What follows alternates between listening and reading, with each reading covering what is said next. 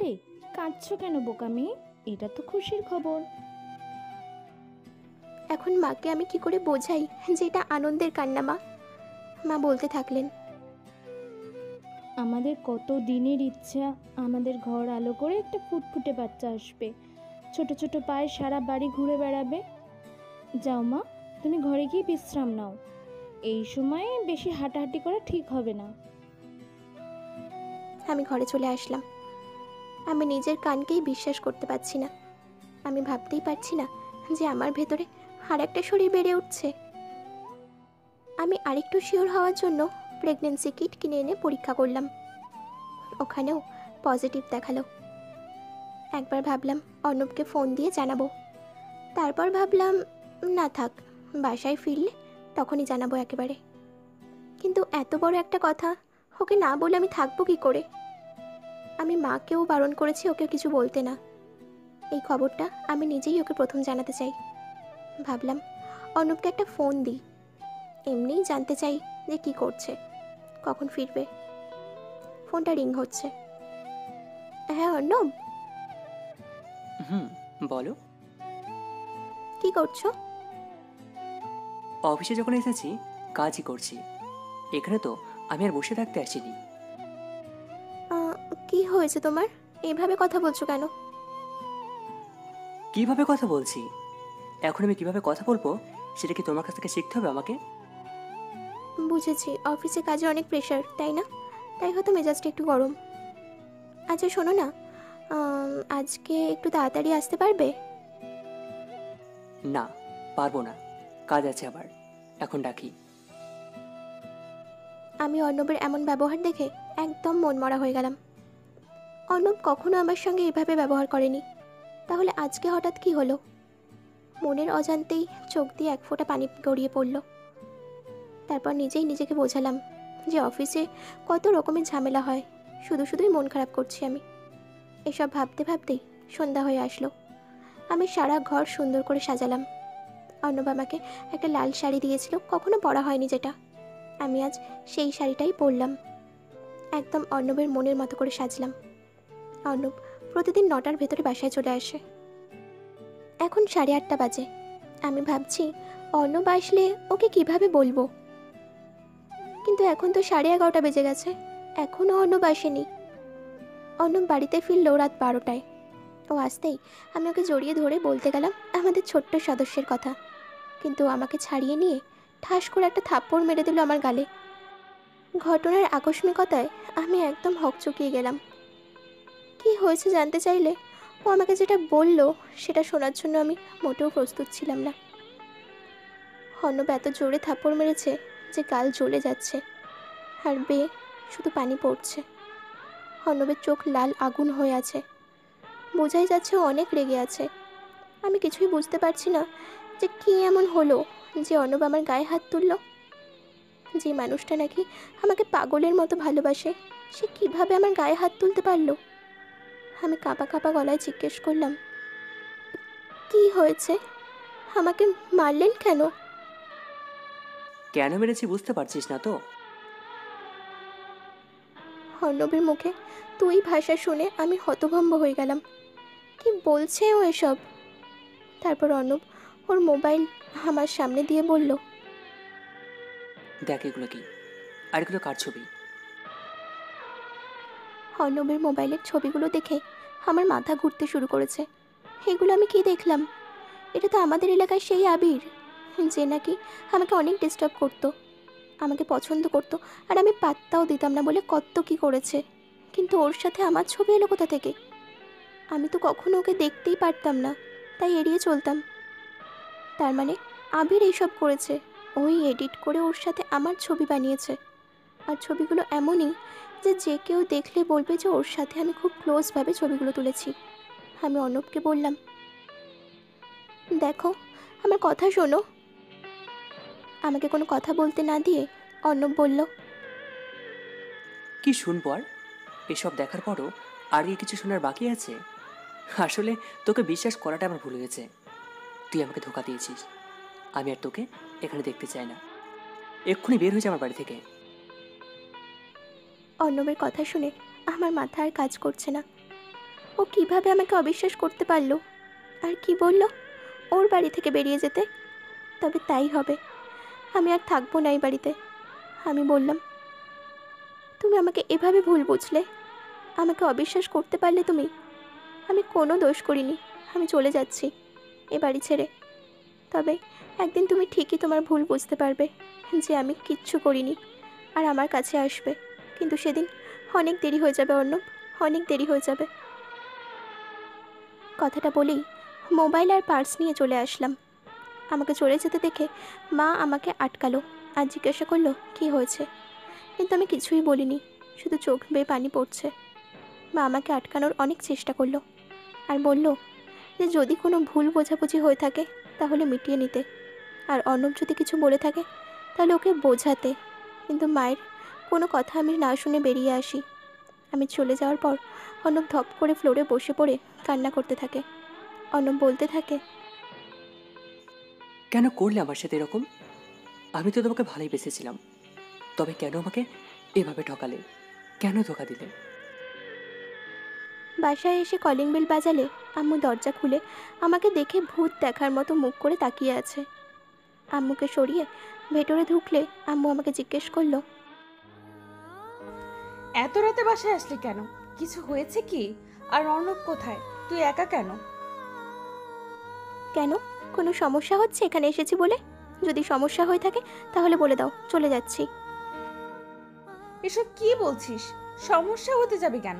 তুই এসেছিস, এটা তো খুশির কথা। সমস্যা হবে কেন? আমি তো বলেছি এত রাতে তুই একা এলি যে। আম্মুকে কিছু বলতে না দিয়ে রুমে এসে দরজা লাগিয়ে দিলাম।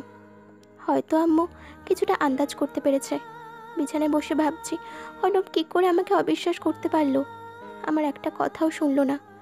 যতটা না কষ্ট লেগেছে তার থেকে বেশি কষ্ট লেগেছে এই ভেবে যে অর্ণব আমাকে ভুল বুঝলো। ভাবতেই চোখ ভরে পানি আসছে। কোনো মতেই কান্না আটকাতে পারছি না। এবার আমি কান্নায় একদম ভেঙে পড়লাম। আমি কিছুতেই মেনে নিতে পারছি না যে অর্ণব আমাকে অবিশ্বাস করেছে। কান্না করতে করতে একসময় ঘুমিয়ে পড়ি। সকালে ঘুম থেকে উঠে ফ্রেশ হয়ে আম্মুর সাথে দেখা করতে যাই। আম্মুর কাছে যেতেই আম্মু জিজ্ঞেস করছে, মিম, কিছু কি হয়েছে? তোকে এমন দেখাচ্ছে কেন? আর তুই হঠাৎ করে কিছু না বলে চলে এলি। অর্ণবের সাথে কি কিছু হয়েছে? আম্মুকে শক্ত করে জড়িয়ে ধরে অনেক কষ্টে কান্না চেপে রেখে বলি, কিছুই হয়নি, এমনি এসেছি। অনেক দিন হলো আসি না, আর তোমাদের কথা অনেক মনে পড়ছিল তাই। আম্মু যে আমার একটা কথাও বিশ্বাস করেনি সেটা নিয়ে কোনো সন্দেহ নেই। কিন্তু আমি আম্মুকে কিছুই বলবো না। শুধু শুধু আম্মুকে বলে কি লাভ হবে? নাস্তার টেবিলে বসে একসাথে নাস্তা করছিলাম। আব্বু বলল, মিম অনেকদিন পরে জেলে বাসায়, তাও হঠাৎ করে বলে আসুনি কেন? আর অন্য বাসেনি কেন? তোমাদের কথা অনেক মনে পড়ছিল তাই চলে এসেছি। আর ওর অনেক এখন কাজের চাপ, তাই আসতে পারিনি। তাড়াতাড়ি কোনো মতে খাবার শেষ করে সেখান থেকে চলে এলাম। অনেক বড় মিথ্যে কথা বলেছি, তাই আর বসে থাকতে পারছিলাম না। কিন্তু কি করব, আমার যে আর কিছু করার নেই। সত্যি কথাটা বললে সবাই অর্ণবকে ভুল বুঝতো আর আমাকে বুঝিয়ে বাড়ি পাঠিয়ে দিত। কিন্তু আমি তো যাব না। হাজার রাগ দেখালো আমি মনে মনে ভাবতাম অর্ণব নিজের ভুল একদিন ঠিকই বুঝতে পারবে, আমার কাছে ফিরে আসবে। কিন্তু না, অর্ণব আসেনি। অর্ণব আমাকে একটা ফোন পর্যন্ত দেয়নি। সত্যিই মানুষ বড় অদ্ভুত। যাকে এত দিন ধরে দেখেছে, যাকে এত ভালোবেসেছে, তাকে অবিশ্বাস করতে 2 সেকেন্ডও লাগলো না। অথচ অচেনা অজানা একটা মানুষকে অবলীলায় বিশ্বাস করে ফেললো। এসব ভাবতে ভাবতে হঠাৎ করে আমার গা গোলাতে লাগলো। আমি দৌড়ে ওয়াশরুমে চলে গেলাম। আম্মুও সাথে সাথে আসলো। আমি অসুস্থ দেখে আম্মু খুব ব্যস্ত হয়ে পড়ল। ডক্টর ডাকতে চাইলে আমি বারণ করলাম। বললাম, না না, ডক্টর ডাকার দরকার নেই, তুমি নানু হতে চলেছ। এই কথা শুনে আম্মু খুশিতে কি করবে বুঝতে পারছে না। আমি তাদের একমাত্র মেয়ে, খুব আদরের, তাই জন্যে হয়তো খুশিটা একটু বেশি। আম্মু আব্বুকে বলে সাথে সাথে মিষ্টি আনতে পাঠালো। অন্যদিকে অর্ণব খুব অপরাধ বোধে ভুগছে। ও ভাবছে সেদিন কি করে ও মিমের গায়ে হাত তুললো, আর কি করে মিমকে চলে যেতে বলতে পারলো। এই কদিনে ও আর কিছু না হলেও এটা বুঝতে পেরেছে খুব ভালোভাবেই যে মিম ওকে কতটা জড়িয়ে রেখেছে। প্রতিটা মুহূর্তে ও মিমের না থাকাটা অনুভব করতে পেরেছে। ও খুব একা হয়ে গেছে এখন। ওর মাও ওর সাথে ঠিকমতো কথা বলছে না। এইসব ভাবতে ভাবতে কখন যে 10টা বেজে গেছে অর্ণব খেয়ালই করেনি। এর মধ্যে একবার ওকে খাওয়ার জন্যও ডেকে গেছে। অর্ণব নিচে গিয়ে দেখে সবাই খাওয়া শুরু করে দিয়েছে। এর আগে এমন কখনো হয়নি যে অর্ণব খায়নি অথচ বাড়ির সবাই খেয়ে নিয়েছে। চেয়ার টেনে বসতে বসতে মাকে কিছু একটা বলতে যাবে, কিন্তু কিছু না শুনেই অর্ণবের মা উঠে চলে গেল। এখন প্রায় 1:30 বাজে। অর্ণব বারান্দায় বসে আছে। রাস্তার হালকা আলো সময়টাকে আরও বিষাদময় করে তুলেছে। অর্ণব ভাবছে আগের কথাগুলো। মিম, আমাকে ছেড়ে যাবে না তো কোনো দিন? ধরে রাখবে যতদিন। আর যদি ছেড়ে দিই? ভালোবাসবো দূর থেকেই। আচ্ছা, তুমি এমন কেন? জানি না, আমি আমার মতো। আঁকড়ে রাখতে হয় ভালোবাসলে। ধরে রেখে মানুষ কবেই বা ভালোবাসা পেয়েছে। তুমি অন্যরকম ভারী। আমি ছেড়ে দেওয়াতে বিশ্বাসী। আজ 15 দিন হলো ওই বাড়ি থেকে চলে এসেছি। এই 15 দিনে প্রথম 1 সপ্তাহ অর্ণব আমাকে ফোন দেয়নি, খোঁজও নেয়নি কোনো। এর পরের সপ্তাহ অর্ণব আমাকে ফোন দিয়েছে, কিন্তু আমি ধরিনি। লাগাতার ফোন দিতে থাকলে ওর নম্বরটা ব্লক মেরে রেখে দিই। আম্মুকে অনেকবার ফোন দিয়েছে আমার সাথে কথা বলার জন্য, কিন্তু আমি বলিনি। তারপর থেকে আম্মুর কাছ থেকে আমার খবর নিয়েছে। আম্মুকে আমার ব্যাপারটা অর্ণবকে জানাতে মানা করেছিলাম, তাই আম্মু বলেনি। মা আমাকে প্রত্যেক দিন ফোন দিয়ে আমার খবর নেয়, ফিরে যাওয়ার জন্য বলেন, কিন্তু আমি যাব না বলে দিয়েছি। বিকেলে ছাদে দাঁড়িয়ে আছি। সময়টা খুব বিরক্ত লাগছে। হালকা বাতাসে খোলা চুলগুলো উঠছে। সময়টা একেবারেই খারাপ লাগার মতো না, কিন্তু আমার কাছে একদম বিষাদময়। আজকাল কিছুই ভালো লাগে না আমার। আমি জানি যে আমি এখন আর একা নই, কিন্তু কাঁধে কারো হাত পড়তেই আমি চমকে উঠলাম। স্পর্শটা খুব চেনা। আমি জানি এটা কার স্পর্শ। চির চেনা সেই ছোঁয়া। না তাকেই বললাম, আপনি হঠাৎ? আসতে পারি না বুঝি? আমার কাছে কেন জানতে চাইছেন? আমার বলার ওপরে কিছু নির্ভর করে বুঝি? মিম, বিশ্বাস করো, আমি আমার ভুল বুঝতে পেরেছি। আমার তোমার সাথে ওভাবে ব্যবহার করাটা উচিত হয়নি। বুঝতে পারার জন্য ধন্যবাদ। এভাবে কেন বলছো? আমি কি তোমার অচেনা কেউ? চেনা কেউ তো নন। আপনি করে কেন বলছো? তো কি বলবো? তুমি কি আমাকে আপনি করে বলো? না, তুমি করে বলতাম। আপনি জানেন তুমি করে কাদেরকে বলে? বলছি তো মিম, আমার খুব বড় ভুল হয়ে গিয়েছে। কোনটা ভুল? সবটাই ভুল। তুমি যা শাস্তি দেবে আমি মাথা পেতে নেব। তুমি প্লিজ ফিরে চলো। হ্যাঁ, সবটাই তো ভুল। আমিও তো ভুল, তাই না? প্লিজ মিম, আমাকে আর কষ্ট দিও না। তুমি জানো এই কয়েকটা দিন আমার কতটা কষ্টে কেটেছে? আম্মু জানেন আপনি এসেছেন? প্লিজ মিম, আমাকে এভাবে কষ্ট দিও না। তার মানে জানে না? কথা ঘোরাচ্ছ কেন? মিম বলল। মনে মনে ভাবতে লাগলাম, তুমি বলে দিতে পারো তা আমায়, চিঠি লিখবো না ওই ঠিকানায়। আমারও তো মন ভাঙে, চোখে জল আসে, আর অভিমান আমারও তো হয়, অভিমান আমারও তো হয়। যদি ওই মুঠো ভরা শিউলি ফুল, যদি ওই খুলে রাখা কানের দুল, লক্ষ্মীটি একবার ঘাড় নেড়ে সম্মতি দাও আমি যাই ছেড়ে। নিচে আসুন, আম্মু আপনাকে দেখে খুব খুশি হবে। এই কথা বলে আমি নিচে চলে এলাম। আম্মু, অর্ণব এসেছে। কই দেখি দেখি, কতদিন পর এলো। কাজের জন্য তো আসতেই পারে না। আমিও একটু মন মতো জামাইকে আপ্যায়ন করতে পারি না? এত খুশি হওয়ার কি আছে বুঝলাম না। আমি আসলে তো এত খুশি হওনি। এই বলে আমি ঘরে চলে আসলাম। আম্মু বলছে মেয়েটা আর বড় হলো না। আম্মুর কথা শুনে আমি হেসে দিলাম। আম্মু তো জানে না তার মেয়ে কত বড় হয়ে গেছে। তার মেয়ে এখন কষ্ট লুকিয়ে হাসতে শিখে গেছে।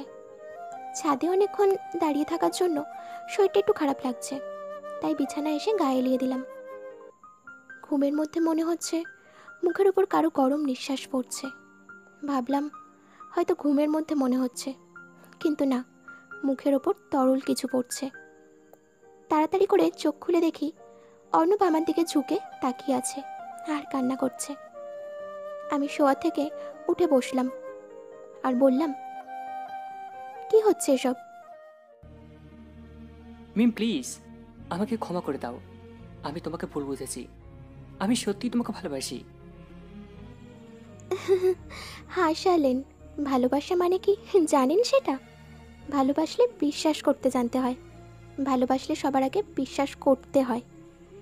যে ভালোবাসায় বিশ্বাস নেই সেই ভালোবাসার কোনো মানেই নেই, কোনো দাম নেই। যে ভালোবেসে বিশ্বাস করতে জানে না তার আবার ভালোবাসার কোনো অধিকার আছে নাকি? আপনি আমাকে বিশ্বাসই করতে পারেননি, তাহলে আবার ভালোবাসবেন কি করে? আমার তো মনে হয় আপনার নিজের ভালোবাসার প্রতি বিশ্বাস নেই। মিম, আপনার মনে আছে আমি আপনাকে জিজ্ঞেস করেছিলাম বিয়ে মানে কি? আমি বলেছিলাম বিয়ে মানে হচ্ছে একটা বন্ধন, যেখানে থাকবে দুজন দুজনের প্রতি ভালোবাসা, বিশ্বাস, নির্ভরশীলতা, আস্থা, যেখানে একজন অপরজনকে চোখ বন্ধ করে বিশ্বাস করতে পারবে। কিন্তু আপনি সেখানে আমাকে বিশ্বাসই করতে পারলেন না। আপনি একটা ব্যাপার দেখেই ভেবে নিয়েছেন যে আমি খারাপ, আমি আপনাকে ধোঁকা দিয়েছি। কিন্তু আপনি এতটুকু বিশ্বাস আমার উপর রেখে এটার বিচার করলেন না। এই বিষয়টা কি আদৌ সত্যি সেটা জানার চেষ্টাও করলেন না। আপনি এই বিষয়টা নিয়ে ভালোভাবে তদন্ত করলে ঠিকই উত্তর পেয়ে যেতেন যে আমি আদৌ সত্যি এমন কিছু করতে পারি কিনা। কিন্তু আফসোস, আপনি কিছুই করেননি, শুধু অবিশ্বাস করেছেন। আমি মানছি আমার তোমাকে ভুল বোঝা উচিত হয়নি, অবিশ্বাস করা উচিত হয়নি। এখানে সব দোষই আমার ছিল। আমি আর কখনো তোমাকে অবিশ্বাস করব না, এমন কোনো কাজ করব না যাতে তুমি কষ্ট পাও। তবু আমাকে ক্ষমা করে দাও। আমি আর পারছি না। আমি একটু ভালো নেই, তোমাকে ছাড়া সত্যিই ভালো নেই। প্লিজ তুমি ফিরে চলো, আমার আর কিছু চাই না। কথা বলতে বলতে গাটা কেমন জানি গুলিয়ে আসছে, অনেক বমি বমি লাগছে। তাই বিছানা থেকে তাড়াতাড়ি করে নেমে ওয়াশরুমে চলে গেলাম। ইচ্ছা মতো বমি করলাম। অর্ণব আমার অবস্থা দেখে জিজ্ঞেস করছে আমার কি হয়েছে। আমি কিছুই বলতে পারছি না, মাথা অনেক ঘোরাচ্ছে। ওয়াশরুম থেকে রুমেও যেতে পারছি না, পা চলছে না আর। অর্ণব বুঝতে পেরে ধরে ধরে রুমে নিয়ে বিছানার ওপর বসালো। অর্ণব আমার এই অবস্থা দেখে একদম অস্থির হয়ে পড়েছে, ঠিক আগের মতো। আমার আম্মুকে ডেকে নিয়ে এসেছে। অর্ণব বলছে, মা, মিমের কি হয়েছে? ও এমন করছে কেন? ও শরীর বেশি খারাপ? আমি কি ডক্টর ডেকে আনবো? আরে বাবা, থামো থামো, এত টেনশন করতে হবে না। ওর তেমন কিছুই হয়নি, এই সময় একটু এরকম হয়ই। এই সময় মানে? ও মা, সে কি তুমি জানো না? আমি তো নানু হতে চলেছি। কথাটা বলেই আম্মু চলে গেল। অর্ণব প্রথমে খেয়াল করেনি, তারপর যখন বুঝতে পারলো ওর খুশি আর দেখে কে, আমার কাছে এসে আমাকে জড়িয়ে ধরলো। অর্ণব বলল, জানো তুমি আমাকে কত বড় খুশির খবর দিলে? আমাকে আগে বলনি কেন? তুমি আমাকে আমার জীবনের সবচেয়ে বড় উপহার দিলে। আমি অর্ণবকে ছাড়ানোর চেষ্টা করছি, কিন্তু অর্ণব ছাড়ছেই না, আরও শক্ত করে ধরে রেখেছে আমাকে। এবার আমি একটা ধাক্কা দিয়ে সরিয়ে দিয়ে বললাম, আরে এভাবে কেউ ধরে নাকি? আমার দম আটকে আসছিল। সরি সরি, আসলে বেশি এক্সাইটেড হয়ে গিয়েছিলাম, তাই খেয়াল ছিল না। কিছুক্ষণ পরে অর্ণব বলল, আমি কালই তোমাকে নিয়ে যাচ্ছি, রেডি থেকো। আমি কোথাও যাব না, আমি এখানেই থাকবো। যাবে না বললে তো হবে না, আর আমি তোমাকে এই অবস্থা এখানে রাখতে চাচ্ছি না। তুমি আমার কাছে থাকবে, আমি তোমার খেয়াল রাখবো। বললাম না যাব না। সময় আসলেই দেখা যাবে কে যাবে আর কে যাবে না। এই অবস্থাতেই তো বাড়ি থেকে বেরিয়ে যেতে বলেছিলেন। তখন তো এক বাড়ির জন্য মনে আসেনি যে মেয়েটা কেন ওভাবে সেদিন সেজেছিল, কিছু বলার আছে কিনা তার। এই বলে আমি ঘর থেকে চলে আসলাম। অর্ণব আমাকে কিছু বলেনি। পরদিন সকালে মা এসে বলল, তোরা কখন বের হবি মা? তাহলে সেভাবে সেরকম ব্যবস্থা করতাম আর কি। কোথায় যাব? আমি কোথাও যাব না। শোন মা, এভাবে রাগ করে থাকতে নেই। আমরা যদি চাই তোকে সারা জীবন আমাদের কাছে রেখে দিতে পারি, সেটা তুই খুব ভালো করে জানিস। আমাদের তুই ছাড়া আর কে আছে বল? কিন্তু বিয়ের পর স্বামীর ঘরই তোর আসল ঘর। তুই বল, তুই কি অর্ণবকে ছাড়া এই কটা দিন ভালো ছিলি? উফ মা, টিপিক্যাল মায়েদের মতো কথা বলো না তো। আমি বারান্দায় এসে দাঁড়ালাম। আসলেই তো অর্ণব তো আমার কাছে ক্ষমা চেয়েছে। কজন হাজবেন্ডই বা এভাবে তার স্ত্রীর কাছে এসে হাত জোর করে ক্ষমা চায়? তাছাড়া বাইরের একটা ছেলের জন্য আমাদের ভেতরের সম্পর্ক কেন নষ্ট করছি? ও তো এটাই চায়। এমন হলে তো ও জিতে গেল, আমাদের ভালোবাসার কোনো মূল্য থাকলো না তাহলে। ঘরে গিয়ে মাকে বললাম, আমি যাব মা। গাড়িতে অর্ণবের সাথে কোনো কথা বলিনি। বাড়িতে পৌঁছালে আমাকে দেখে মা অনেক খুশি হলেন, প্রায় কেঁদেই দিয়েছেন। মানুষটাকে দেখলে এমনিতেই সম্মান করতে মন চায়। বিকালে ছাদে দাঁড়িয়ে আছি, দূর থেকে গাড়ির আনাগোনা দেখা যাচ্ছে। আমাকে মা এখন কোনো কাজই করতে দেন না। পিছন থেকে এসে হঠাৎ অর্ণব আমাকে জড়িয়ে ধরল। মিম, আমাকে শেষবারের মতো ক্ষমা করা যায় না? করতে পারি, তবে একটা শর্তে। কি শর্ত বলো? তুমি যা বলবে আমি তাই করব। আমি হেসে দিয়ে বললাম, আমাকে নিজে হাতে কফি বানিয়ে খাওয়াতে হবে। অর্ণব হেসে দিয়ে বলল, হুম হুম, তুমি তো এখনো বাচ্চা, কিভাবে যে আমার পুচকুকে বড় করবে সেটা আল্লাহ জানে। এই যে শোনো, পুচকু শুধু তোমার একার না, আমারও।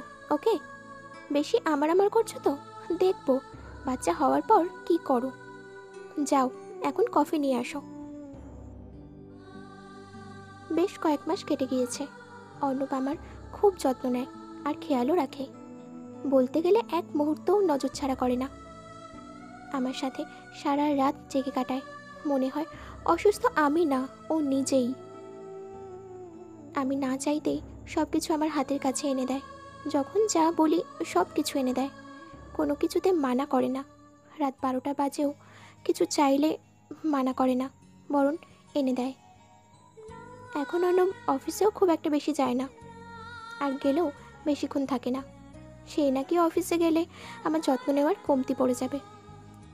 এখন ওকে কে বোঝায় যে অফিসের কাজটাও তো করতে হবে। এখন আমি কোনো কাজই করি না, আর মা আর অর্ণব আর কোনো কাজই করতে দেয় না আমাকে।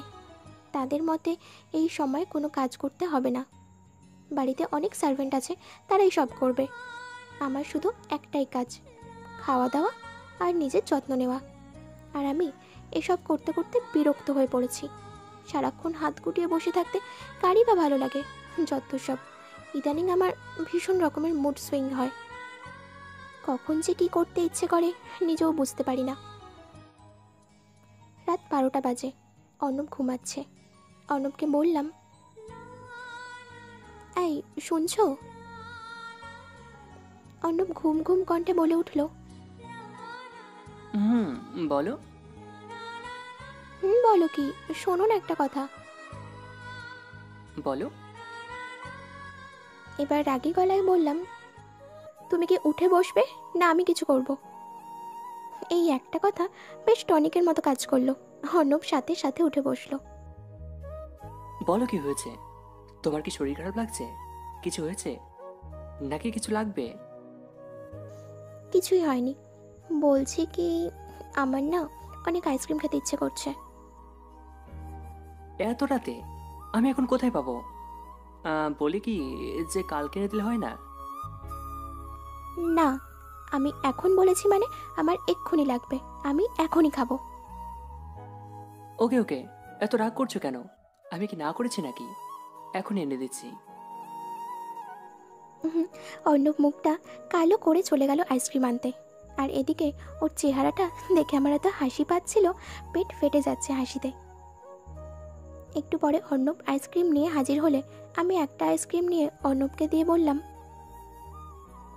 এবার আমার সাথে আইসক্রিম খেতে খেতে গল্প করো। অর্ণব আমাকে এক টান দিয়ে ওর কোলে বসিয়ে বলল, এত কষ্ট করে এত রাতে তোমার জন্য আইসক্রিম নিয়ে এলাম, আর তুমি বলছো গল্প করতে? আগে একটু আদর করো তো। পারবো না। কেন? এমনি। আমার কথা শুনে অর্ণব মন খারাপ করে বসে রইল। আমি ওর গালে ঠোঁট ছুঁয়ে দিলাম, আর ওর সাথে সাথে আমার কোমর শক্ত করে ধরে ঠোঁটে ঠোঁট ডুবিয়ে দিল। রাতে খাটে বসে বসে মোবাইল চালাচ্ছিলাম। অর্ণব এসে আমার পেটে হাত রেখে বলল, আমার বেবিটা কি করে? বেবি এখন ঘুমাচ্ছে, ডিস্টার্ব করা যাবে না। ও সরি সরি। আচ্ছা, আমাদের প্রিন্সেসের নাম কি রাখবো? কে বলেছে আমাদের প্রিন্সেস হবে? আমাদের একটা প্রিন্স হবে। প্রিন্সেস হবে। বললাম না প্রিন্স হবে, আর একটা কথাও শুনতে চাই না। সবে হলে দেখা যাবে। আমার এখন 8 মাস চলছে। চলাফেরা করতে এখন অনেকটা কষ্ট হয়। অর্ণব তো আমার হাঁটার স্টাইল দেখে আর খালি হাসে। আর এদিকে আমার যে কি কষ্ট হয় তার কোনো খবর নেই, আসছে শুধু মজা করতে। অর্ণব এখন প্রায়ই বলে যে আমি নাকি আগের থেকে অনেক সুন্দর হয়ে গেছি। একদিন সকালে অর্ণব খুব মন খারাপ করে আমার সামনে এসে দাঁড়ালো। কি হয়েছে জানতে চাইলে বলল, ওর ব্যবসার কোনো একটা কাজে ওকে শহরের বাইরে যেতে হবে। আমারও একটু মনটা খারাপ হয়ে গেল, কিন্তু অর্ণবকে কিছু বুঝতে না দিয়ে বললাম, কাজ যখন পড়েছে তখন তো যেতেই হবে। কাজে ফাঁকি দিলে কিন্তু আমাদের বেবি বলবে তার পাপা একটা ফাঁকিবাজ। এই কথা বলে আমরা দুজনেই হেসে দিলাম। অর্ণব বিকেল 4টের দিকে বেরিয়ে পড়ল। রাতে মা এসে আমার কাছে থাকলো। ইদানিং রাতে ঘুমাতে খুব কষ্ট হয়। কোনো মতে রাতটা পার করলাম। সকালে উঠে মা রান্নাঘরে চলে গেলেন। আমি ফ্রেশ হয়ে বারান্দার দিকে আসছিলাম, হঠাৎ করে আমি চিৎকার দিয়ে উঠলাম। মা দৌড়ে আসলেন। তারপর আমার আর কিছু মনে নেই, শুধু এতটুকু মনে করতে পারি যে আমাকে হসপিটালে নিয়ে যাওয়া হয়। কিছু সমস্যার কারণে আগেই সিজার করতে হয়। ওদিকে অর্ণবের মা অর্ণবকে ফোন করে সব জানিয়েছে। মিমের বাবাও চলে এসছে, মাও এসেছে সাথে। সবটা শুনে অর্ণব সাথে সাথে রওনা দিয়েছে। অর্ণবের সারা শরীর ঘামছে আর কান্না করছে। ওর বাচ্চার কোনো চিন্তা হচ্ছে না, শুধু চিন্তা করছে মিমকে নিয়ে। মিম যেন সুস্থ থাকে। কিছুক্ষণ পর বাচ্চার কান্নার আওয়াজে ওর ঘোর কাটল। খুব সুন্দর ফুটফুটে একটা ছেলে হয়েছে। ডক্টর বাচ্চাকে অর্ণবের মায়ের কোলে দিয়েছেন। অর্ণব ওর ছেলের ছোট্ট ছোট্ট পা, ছোট্ট ছোট্ট হাতগুলো ছুঁয়ে দেখছে। এমন সময় অর্ণব মিমের কথা জিজ্ঞেস করলো। ডক্টর বলল, মিমের অবস্থা বেশি একটা ভালো না। আসলে সিজারের আগে অনেক সময় নর্মালে চেষ্টা করা হয়েছে, এতে করে অনেকটা এনার্জি লস হয়ে গেছে। তারপর সিজারের সময় অনেকটা রক্তক্ষরণও হয়েছে। এই কথা শুনে অর্ণবের পৃথিবী যেন এক মুহূর্তে অন্ধকার হয়ে গেল। অর্ণব কানে আমার কথাগুলো ভাসতে লাগলো। তুমি বলে দিতে পারো তা আমায়, চিঠি লিখবো না ওই ঠিকানায়। আমারও তো মন ভাঙে, চোখে জল আসে, আর অভিমান আমারও তো হয়, অভিমান আমারও তো হয়। অর্ণব আতকে উঠল, নিজের মনেই বলতে থাকলো, না না, এমন হতেই পারে না। কতক্ষণ এভাবে কেটেছে অর্ণবের জানা নেই। হঠাৎ দেখলো ডক্টর ওটি থেকে বের হচ্ছে। অর্ণব দৌড়ে গেল ডক্টরের কাছে। কিছু বলতে পারছে না সে, শুধু অসহায়ের মতো তাকিয়ে আছে আর মনে মনে প্রার্থনা করছে যেন খারাপ কিছু শুনতে না হয়। ডক্টর একটা হাসি দিয়ে বলল, সব ঠিক আছে, now she is out of danger. Arnab যেন প্রাণ ফিরে পেল। আমাকে কেবিনে আনা হলে অর্ণব আমার সাথে দেখা করতে এলো। অর্ণবকে দেখে আমি বলে উঠলাম, আমার ছেলে কোথায়, ও কেমন আছে? ভালো আছে, একদম ঠিক আছে। এই কথা বলে অর্ণব আমার হাত ধরে আমার পাশে এসে বসে আমার কপালে ওর ঠোঁট ছুঁয়ে দিল। অর্ণব ভাবছে, একটু আগে নিজের জীবনে টানাটানি চলছিল, সেদিকে কোনো খেয়াল নেই। ছেলেকে নিয়ে চিন্তা করছে। মায়েরা বুঝে এমনই হয়। 3 বছর কেটে গিয়েছে। আমাদের সেদিনের সেই ছোট্ট অর্ক আজ সারা বাড়ি গুটি গুটি পায়ে হেঁটে বেড়ায়। আর যখন ভাঙা ভাঙা গলায় মিম্মি বলে, পাপ্পা বলে ডাকে, তখন যেন জীবনটা সার্থক বলে মনে হয়। অর্ণব অর্ককে অনেক আদর করে, কিছুই বলে না ওকে, শাসন পর্যন্ত করে না। আবার আমি অর্ককে কিছু বললে উল্টে আমাকে বকা দেয়। দুই বাপ বেটার কাহিনী দেখলে হাসি পায়। অর্ক পুরো অর্ণবের মতো হয়েছে, দেখতেও এক আর সব কিছুতেই এক। অর্ণব আগের চেয়ে আরও বেশি স্টাইলিশ হয়ে গিয়েছে। ওকে দেখলে কেউ বলবেই না যে ও 3 বছরের একটা ছেলে আছে। সব কাজ শেষে রাতে বারান্দায় দাঁড়িয়ে আছি। এখন জীবনের গতি অনেকটা পাল্টে গিয়েছে, তবে অর্ণবের ভালোবাসা নয়। হঠাৎ করে অর্ণব এসে পিছন থেকে আমাকে জড়িয়ে ধরলো। মিম, হুম, মনে পড়ে 4 বছর আগের কথা? হুম, সব মনে আছে। জানো, আগের দিনগুলো খুব মিস করি। তোমার রাতের আবদার মেটাতে কত রাত রাস্তায় হেঁটে পার করেছি, কত রাত নদীর পাড়ে জ্যোৎস্না দেখে কাটিয়েছি। এমন সময় অর্ণব আমার হাত ধরে হাঁটু গেড়ে বসলো। সব বাধা পেরিয়ে, সব অভিযোগ শেষে, সব না পাওয়াকে জয় করে অবশেষে তুমি আমার। আমি অর্ণবের হাত শক্ত করে ধরে বললাম, যদি তুমি থাকো পাশে, হাতটা ধরো শক্ত করে, একটু যদি দাও অভয়, সকল বাধা করব জয়।